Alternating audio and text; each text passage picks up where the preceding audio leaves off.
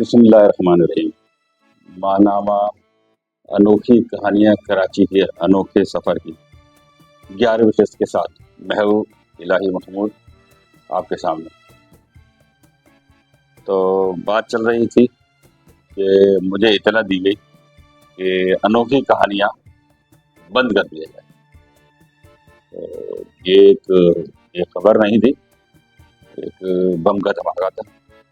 मैं तो ये सुनकर सुन हो गया कि ये क्या बात है कि अभी 2-3 शुमारे ही बड़ी मुश्किल से आए हैं और ये मुश्किलात का सामना हो गया।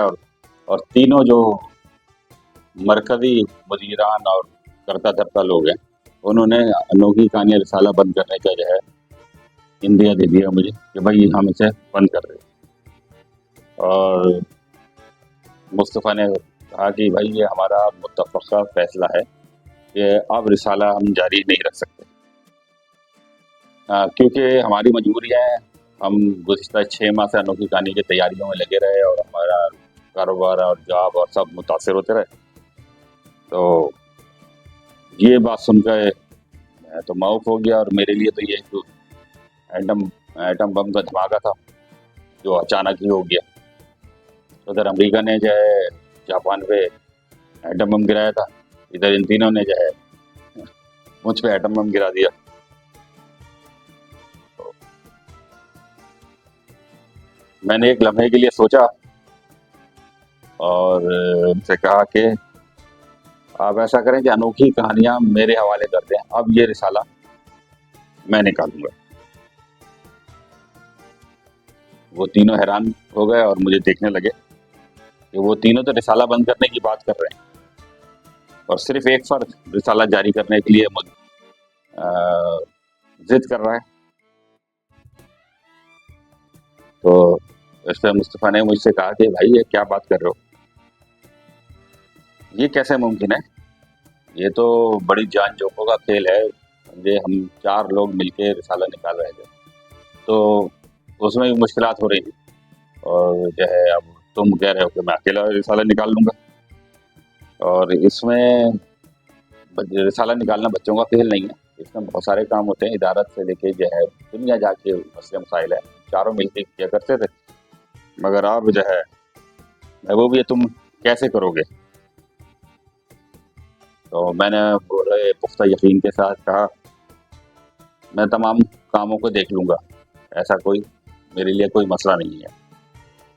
और आप तीनों ने तो वैसे ही रिसाला बंद करने का जो है फ़ैसला कर लिया है, तो अगर मैं इसमें कामयाब ना हो सका तो रिसाला बंद हो जाएगा। आप तो अभी से बंद कर रहे हैं, मैं अपनी सी कोशिश करके इसको चलाने की कोशिश करूँगा, इसलिए मेरे हवाले रिसाला कर दें और मैं देखता हूँ कि मैं क्या कुछ कर सकता हूँ।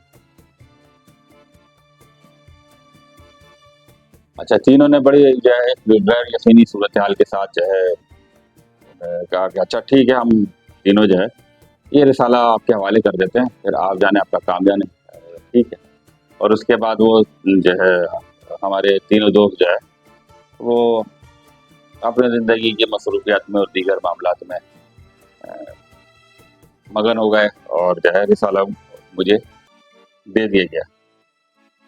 अच्छा, मैंने रिसाले का जो थोड़ा बहुत सामान था उसको सदर के ऑफिस से जो है उठाया और अपने दोस्त शहाबुद्दीन खान जो लियाकताबाद में सुनार का काम भी करते थे, स्कूल टीचर हैं, बल्कि अब तो हेड मास्टर हैं।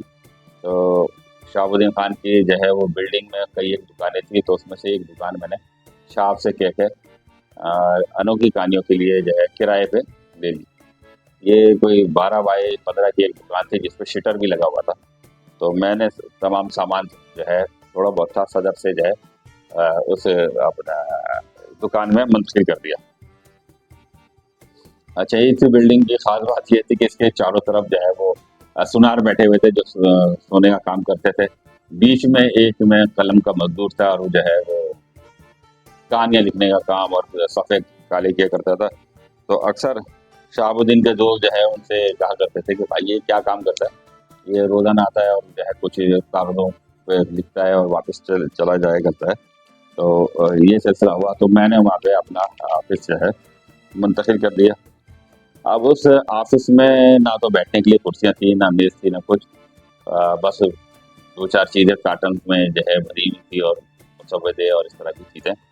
तो मैंने और शहाबुद्दीन खान ने जो है इसी दौरान एक कबाड़िए को पकड़ के जो है वो लोहे की 6 कुर्सियाँ कम कीमत में उस कबाड़ी से हमने हासिल कर ली और वो 6 कुर्सियाँ लाके अनोखी कहानियों के दफ्तर में रख दी गई।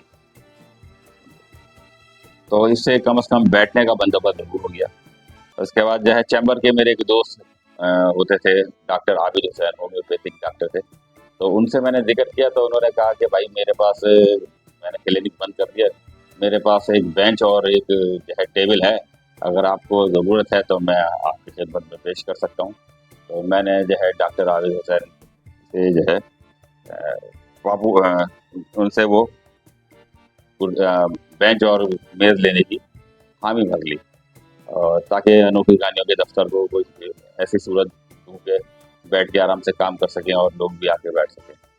तो अब डॉक्टर आबिद हुसैन से क्या कुछ मामला तभी हुआ और अनोखी कहानियों का दफ्तर कहाँ तक पहुँचा, इसके लिए आपको आइंदा किस्त का इंतज़ार करना पड़ेगा। अब बाकी जो है तफ़सीलात इंशाअल्लाह 12वें किस्त में मैं आपके सामने पेश करूँगा। अनोखी कहानियों के अनोखे सफ़र।